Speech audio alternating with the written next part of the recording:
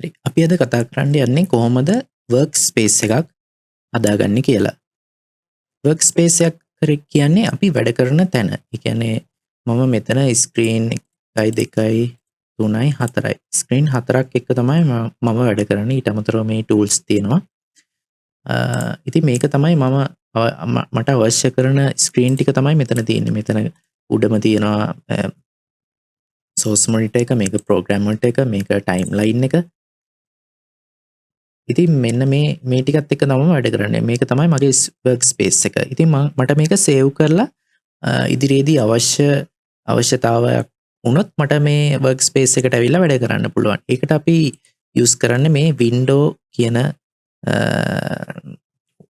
උඩ menu එකට ගිහිල්ලා menu bar එකට ගිහිල්ලා මෙන්න මේ workspace කියන එකට යන්න ඕනේ. ඉතින් මේකට ගිහිල්ලා මට අවශ්‍ය workspace එකක් මට save කරලා ඉදිරි ප්‍රයෝජනය සඳහා හෝ මට save කරලා තියාගන්න පුළුවන්.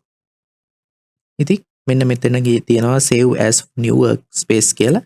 ඒක ක්ලික් කරලා මම නමක් දෙනවා චමීර කියලා.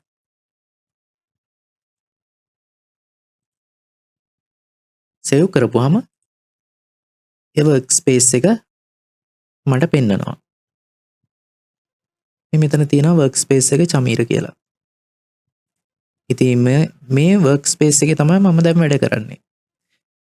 ඒ වගේම මට මේ workspace එකට ගිහිල්ලා මේ සියලුම all panels මේවට අපි කියන්නේ panels මේ සියලුම panels මට ගන්න ඕන නම් මම මේ ක්ලික් කරපුවාම මෙන්න මේ විදිහට සියලුම panels මේකේ මට බලා ගන්න පුළුවන්.